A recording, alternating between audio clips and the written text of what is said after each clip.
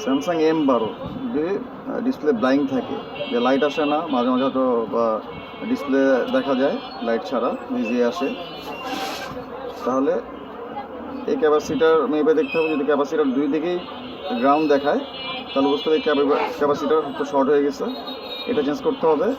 আর সাথে চেক করতে হবে যে কয়েলটা ঠিক আছে কিনা, কারণ ক্যাপাসিটার শর্ট হয়ে গেলে সাধারণত কয়েলটাও কেটে যায়।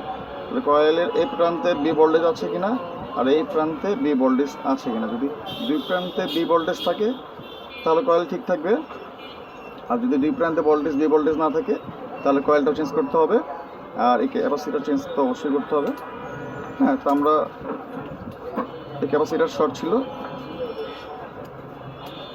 এটা দুই প্রান্তেই শর্ট। তো এটা করার পরে আমরা দেখলাম যে এটাতেও ভোল্টেজ এই প্রান্তে আছে, এই প্রান্তে নাই।